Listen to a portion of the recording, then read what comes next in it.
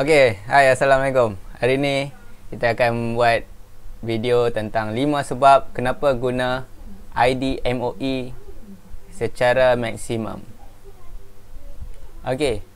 Kalau kita tengok di paparan, hari ni saya akan kongsikan 5 sebab kenapa perlu guna ID email digital learning KPM secara maksimum. Seperti mana yang kita tahu, kita warga pendidik KPM telah mendapat satu ID daripada pihak KPM dengan kerjasama 3 pemain utama dalam industri teknologi. Yang pertama, kita ada pihak Google, kemudian kita ada pihak Microsoft, kita ada pihak dan kita ada pihak Apple. Disclaimer. Saya mohon maaf jika ada info yang saya maklumkan ini tersalah atau terkurang daripada maklumat sebenar. Ini sekadar perkongsian pengalaman sendiri dan carian daripada internet. Yang pertama, kita pergi kepada kerjasama KPM dengan pihak Google. MOE Digital Learning sebenarnya satu domain yang telah dinaik taraf menjadi domain G Suite for Education. Untuk ID Digital Learning ini, setiap guru akan mendapat unlimited storage bagi penggunaan di Google Drive. Dan saya akan bandingkan 3 jenis akaun dari Google tetapi tahap langganan yang berbeza. Yang pertama, pengguna tahap percuma. Ini saya bandingkan pengguna tahap percuma. Kalau boleh yang tengok di sebelah kiri ini, dia ada tulis 15 gig usage. Maksudnya 13 hanya Google Drive dia akan dapat 15 gig saja. Dan biasanya akaun mendapat akaun gmail.com ini.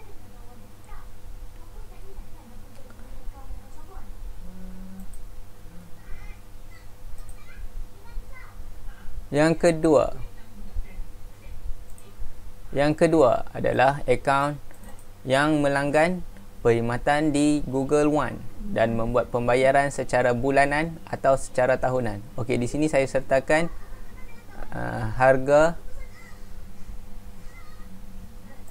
Google One dan juga perkhidmatan yang ditawarkan bagi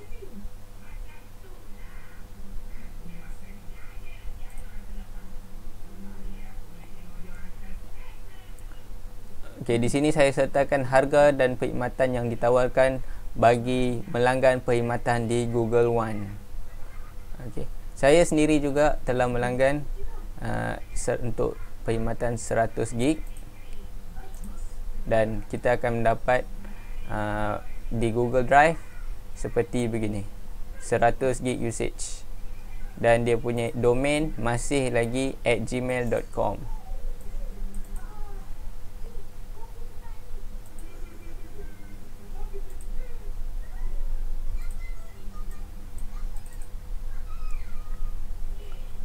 Ketiga, pengguna yang melanggan perkhidmatan G Suite for Education.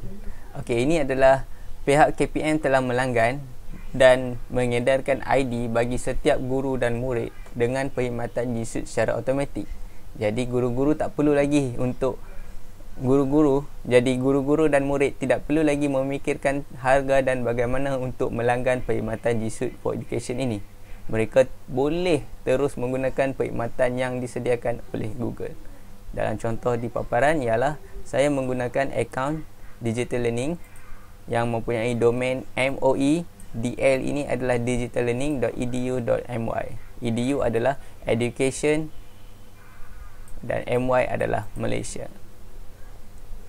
Kalau tengok di paparan di sebelah kiri, kita tidak mempunyai limit. Maksudnya dia mempunyai unlimited storage di Google Drive.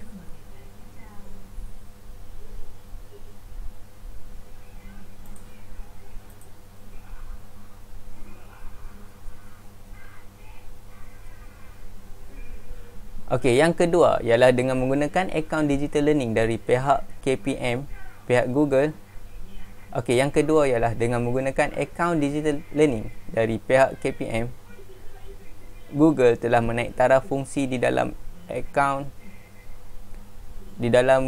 Google Meet khas untuk pengguna akaun G Suite for Education atau juga dipanggil sebagai akaun digital learning KPM.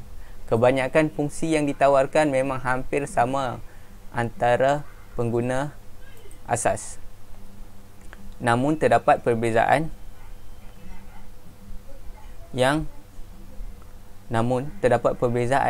yang Google bagi pengguna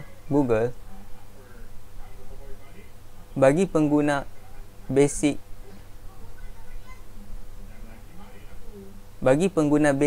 Google cuma akan membenarkan sehingga 100 orang setiap masa.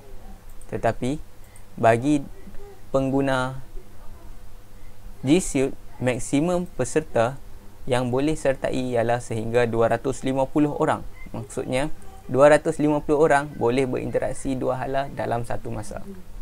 Tapi kalau pembentang cuma ingin membentang tanpa mahu penonton berkongsi paparan, Google membenarkan sehingga 100,000 penonton dalam satu masa.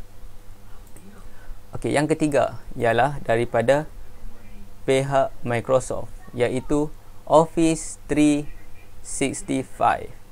Saya pasti Office merupakan pilihan utama guru-guru dalam menyediakan laporan slide, pembentangan, surat atau apa-apa saja yang berkaitan dengan kerja guru. Ada guru-guru yang menghantar komputer mereka ke kedai dan meminta mereka untuk menginstal Microsoft Office, dan biasanya pihak kedai yang tidak bertauliah akan menggunakan perisian lanun. Namun kini guru boleh menggunakan aplikasi Office 365 secara percuma dan sah. Yang keempat ialah aplikasi Google. Yang keempat ialah penggunaan OneDrive yang juga daripada pihak Microsoft. Kalau tadi kita sebut tentang Google Drive daripada pihak Google, platform simpanan awan daripada Microsoft dinamakan sebagai OneDrive. Di sini saya nak bandingkan antara pengguna versi percuma dan pengguna versi Microsoft 365 atau dipanggil sebagai Account Digital Learning KPM. Bagi pengguna